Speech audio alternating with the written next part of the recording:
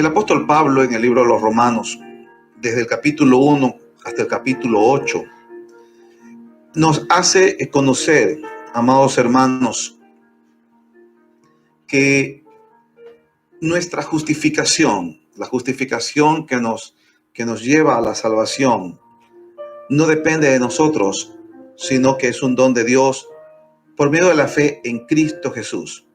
Y Pablo, desde el capítulo 1 hasta el 8, pues tiene una disertación sobre la justificación por medio de la fe en Cristo Jesús. Tanto es así, y a tal punto llega su convicción y su euforia espiritual, ¿no? Que en el capítulo 8, Pablo pues menciona que somos más que vencedores, le dice al pueblo, somos más que vencedores, no somos simplemente cualquier pueblo, somos un pueblo que hemos sido levantados, y nos habla, de hecho, en el capítulo 8, verso 28, nos dice, todas las cosas nos ayudan para bien, aleluya. Y esta es una bendición maravillosa que Dios a través del apóstol Pablo nos hace conocer, ¿verdad? Nos hace entender. Todas las cosas les ayuda para bien. Ustedes han sido justificados. Ustedes han sido santificados en el poder de la sangre de Jesucristo.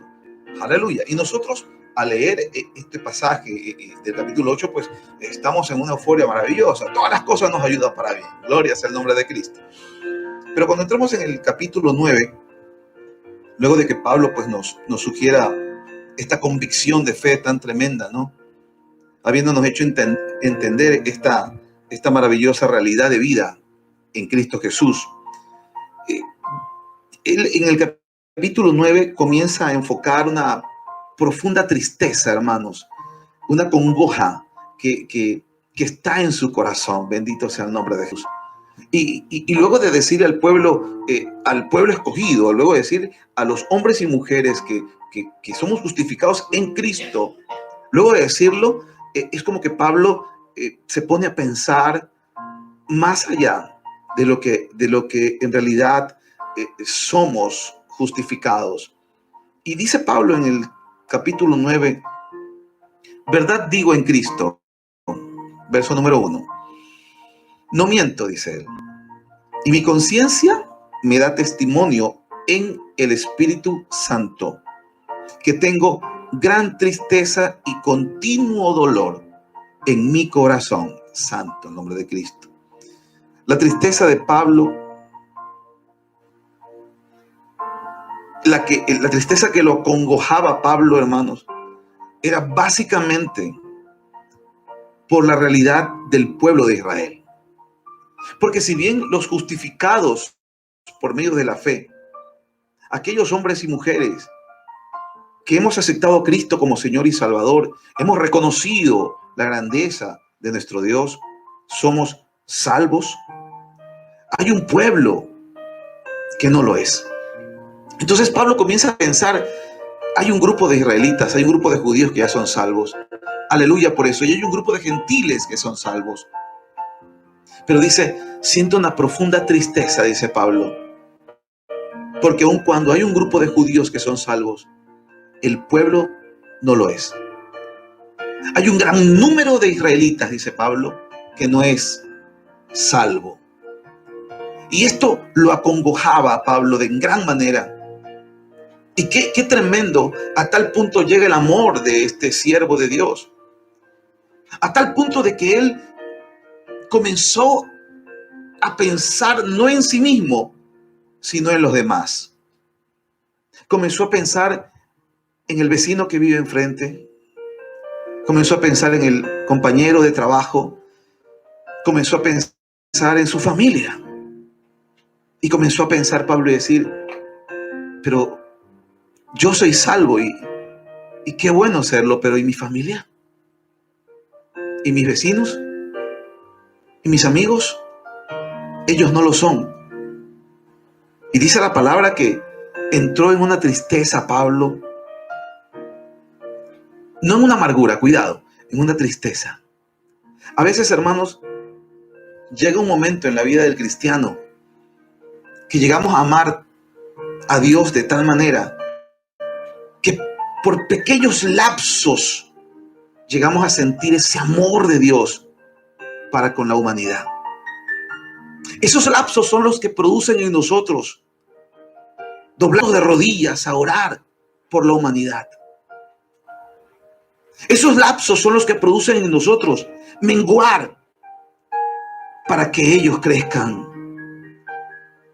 Cuando de repente comenzamos a pensar no como nosotros, sino como piensa Dios, no sentimos como nosotros, sino como siente Dios. Es cuando en vez de contestar la grosería que de pronto alguien me dio, me la guardo.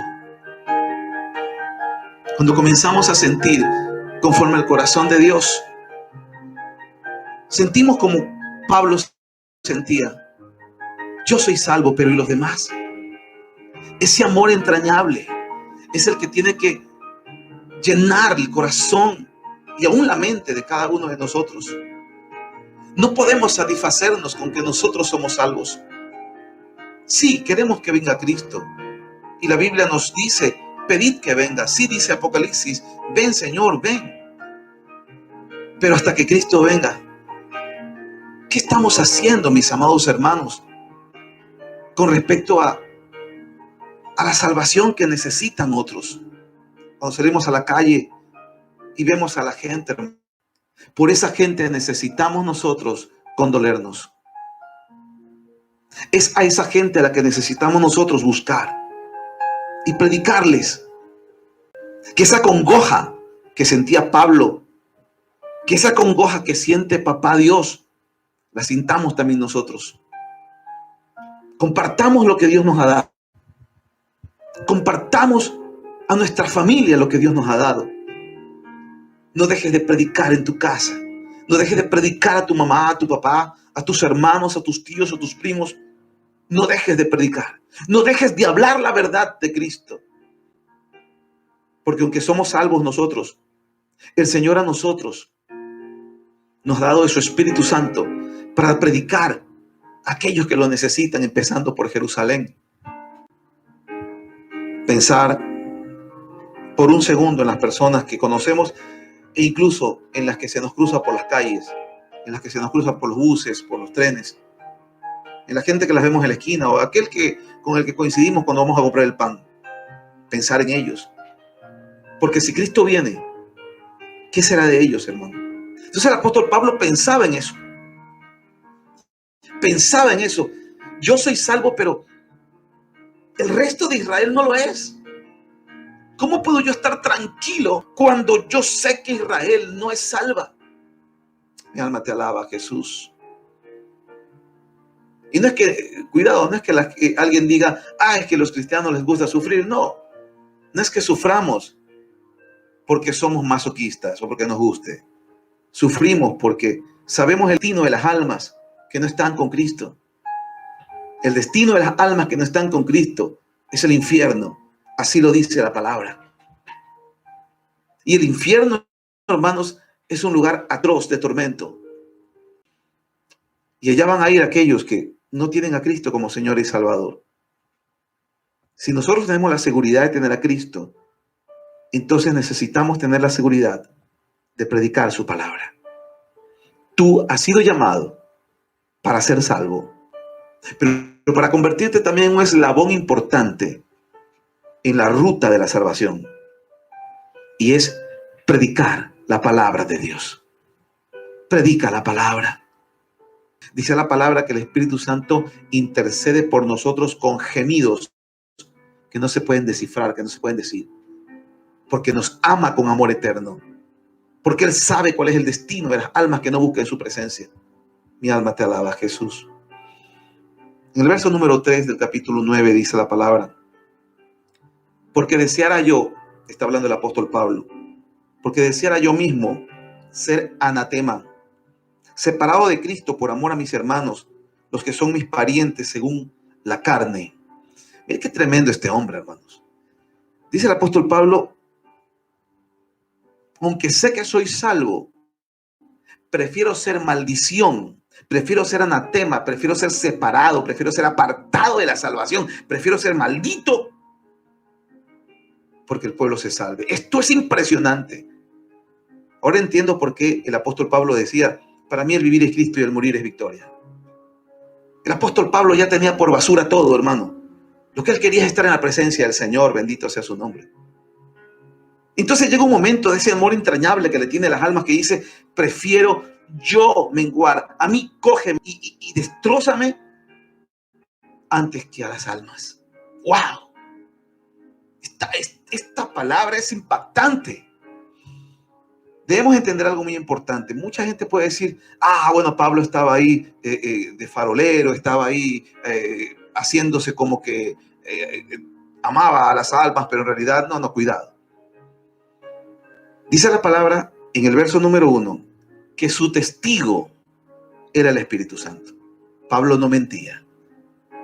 Sin contar el hecho de que esta palabra fue inspirada por el Espíritu Santo de Dios. Pablo decía la verdad. Mi hermano, yo no sé si alguno de nosotros hemos llegado a ese punto, ese grado tan tremendo de amar a tal punto las almas, como para querer ser desechados nosotros para que las almas sean salvas. No me importa, dice, ser anatema, no me importa ser rechazado, no me importa ser vituperado, no me importa. Pablo tenía un nivel de madurez tremendo. Y eso es lo que él está proyectándonos a nosotros. Cuando él dice, prefiero ser anatema, lo que Pablo está diciendo es, no me importa que me hagas daño, te sigo amando. ¡Wow! ¿Está entendiendo usted esto, hermano? A veces la iglesia pierde el tiempo sin darnos cuenta que el tiempo es corto y que nuestra vida es valiosa. Sin darnos cuenta que el Señor está a viva voz gritando que volvamos a Él urgentemente. El día en que ya dejemos las fábulas, hermanos, ese día comenzaremos a crecer de una manera impresionante. Ese día el Espíritu Santo comenzará a usarnos de una manera impactante. De tal forma que tu madurez llegue a niveles espirituales tan tremendos que entonces el Espíritu Santo podrá usarte a ti y a mí como instrumentos útiles para su causa. Y eso es lo que la iglesia debe de entender. La iglesia tiene que morir. A eso se refiere la palabra con morir.